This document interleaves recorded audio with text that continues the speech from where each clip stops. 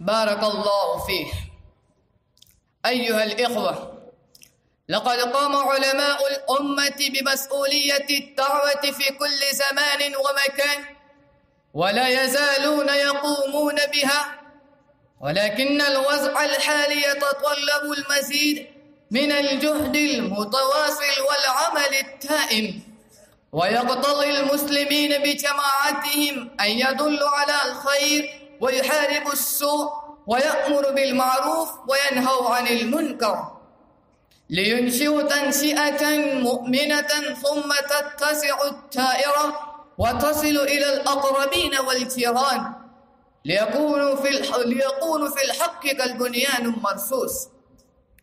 شعورا بمسؤولية الدعوة، أنادي الأخ فضيل الأمرفوري أن يأتي ويأخذ بالمذياع ويكشف الغطاء عن أهمية الدعوة، فليتفضل مشكورا.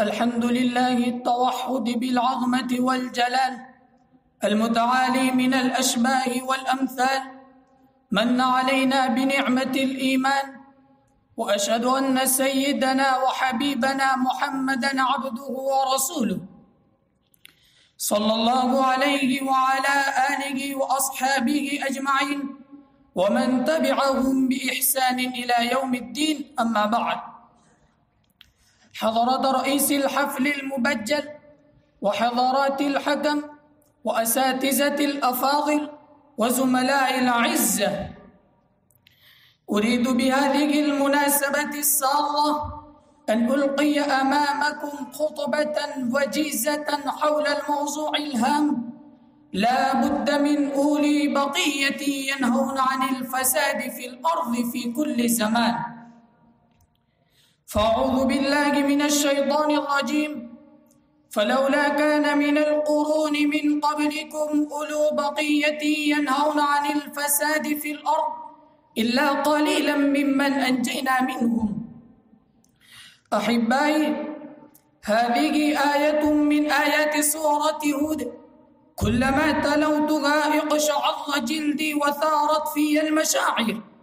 إن الآية في أسلوب قرآني مؤثر مرقق، لا أجد تعبيرا بحق هذه الآية.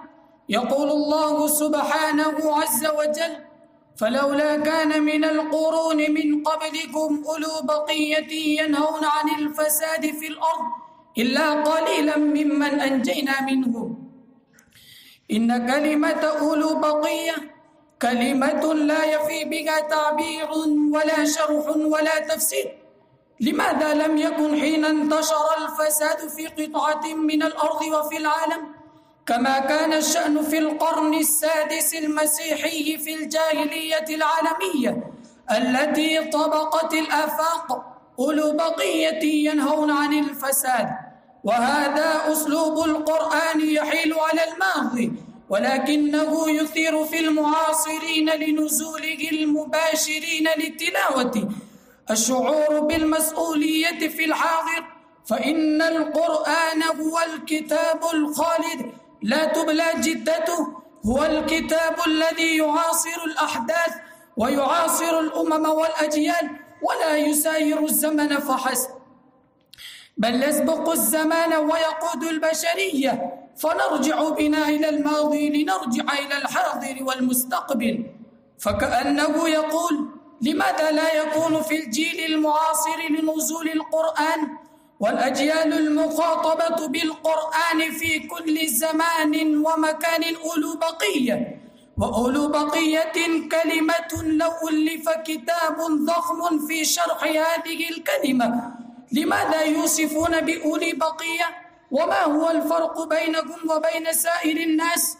لقصر القلم وعجز اللسان وانتهى الكتاب. يا أزهار المسلمين المحمدية، إن البشرية ما زالت ولا تزال هدفا لعوامل التدبير والإفساد، منها عوامل داخلية باطنية من الشهوانية والأنانية وعبادة النفس وحب اللذات وقصور النظر والانصراف إلى الدنيا والخضوع للمادة والقوة. منها عوامل خارجية من فساد البيئة والمجتمع وسوء التعليم والتربوية وانحراف القوانين والنظم، فلا يستغرب أن ينتشر الفساد الخلقي والفساد الاجتماعي انتشارا عاما إذا توفرت أسباب قاهرة لإفساد مجتمع خاص. هذا وقع آلافا من المرات وسيقع مرارا إذا كان في الوقت متسع وللدنيا أجل ممدود. ولكن المعول على وجود طبائع صالحة وضمائر حية وعقول نيرة وعقائد جازمة راسخة ودعوات قوية مؤثرة. والعمدة على خلفاء الأنبياء عليهم السلام وعلى حملة الرسالة ومشاعل النور. أيها المستمعون الكرام، ليس من الغريب أن يمرض الإنسان، ولكن الغريب هو فقدان الطبيب، وهو الذي حذرت منه الديانات السماوية وحذر منه الأنبياء وسيد الرسل صلى الله عليه وسلم بصفة خاصة، وهو أن يفقد الأطباء ويفقد من يواجهه وجها لوجه ويقف في تياره كالسد المنيع والطود الشامخ الذي لا يتزلزل. ينتشر الفساد ولا يجد مقاومة، ينتشر الفساد ولا يجد تحديا، ينتشر الفساد ولا يجد منكرا أو مستنكرا. هذا هو البلاء، هذا الذي عرض الركب البشري للنار والدمار والانتحار والانهيار، وساد الفساد على المجتمع الإنساني كله، وهو الذي يصوره القرآن بقوله المعجز البليغ: ظهر الفساد في البر والبحر بما كسبت أيدي الناس.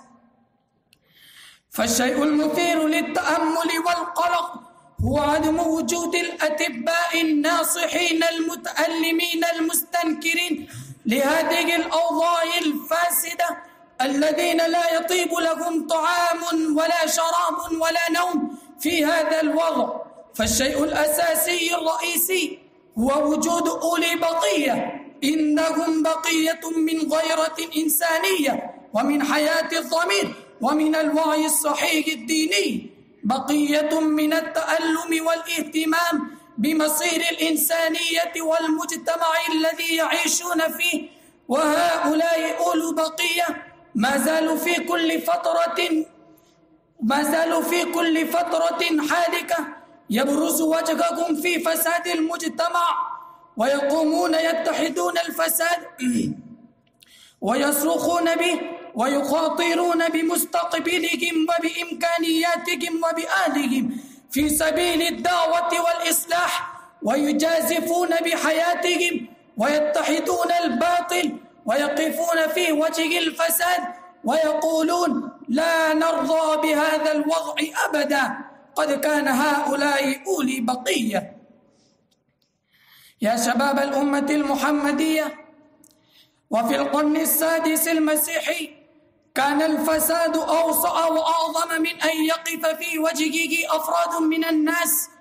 هنالك أرادت مشيئة الله تعالى أن تنهض أمة وتقوم أمة ببعثة آخر الرسل وخاتمهم، وهو النبي الذي ختم به الله الرسالات والنبوات، فلا نبي بعده. وقرن هذه البعثة ببعثة أمة وهي الأمة الإسلامية، والقرآن استخدم تعبيرا يختلف عن تعبير الأمم السابقة، ويدل على أن هذه الأمة التي رافقت النبي صلى الله عليه وسلم في غزواته وفي دعوته وفي سلوكه وفي حمل رسالته لم تكن أمة من الصدف ولا كالحشائش الطفيلية التي نبتت في الحقول غير مقصودة، إنما هو نبت إلهي، نبت رباني مقصود.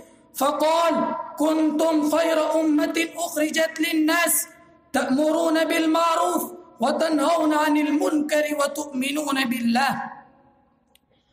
لما أراد الله سبحانه وتعالى بالأمة الإسلامية أن تكون أولي بقية ينهون عن الفساد اصطفاها الله سبحانه وتعالى وجعلها أمة متقشفة قوية الخلق كريمة السيرة حية الضمير تحمل قلبا متألما متوجعا للإنسانية، وخلق في نفسها من الرحمة للبشرية لا يبلغها قياس، ترق نفوسهم للبشرية وتدمع عيونهم على حاضر البشرية ومستقبلها، وينسون أولادهم وآلهم وأنفسهم في سبيل إخراج البشرية من هذه الأوضاع الفاسدة القاتمة، من هذه الأوضاع الفاسدة القاتمة الحالكة، كأنهم خلقوا من جديد وولدوا في الإسلام ولادة جديدة،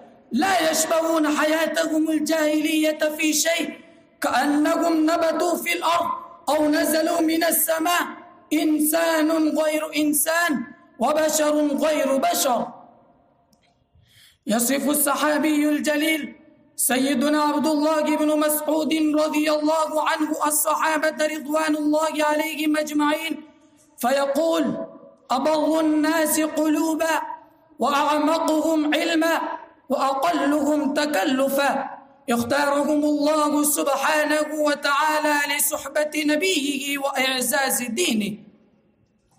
يا شباب المسلمين، إن القرآن الكريم لا يزال ينبهنا على هذه الآية، يجب علينا أن ننتبه وأن تقشعر جلودنا وأن نستيقظ من النوم العميق.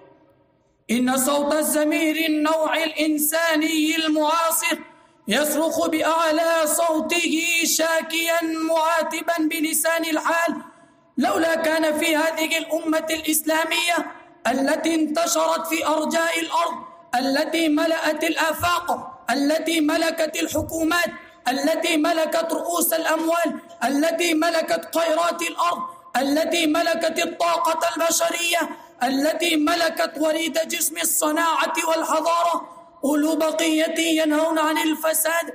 هذه كلمتي وأنا أشعر بأنها قاسية ولكنها صريحة وصادقة، وأرجو من الله أن يكون لها صدى في نفوسنا ويكون لها مفعول في نظام تفكيرنا وتدبرنا في القرآن الكريم، والله الموفق والمعين. أكتفي بهذه الكلمات وآخر دعوانا الحمد لله رب العالمين.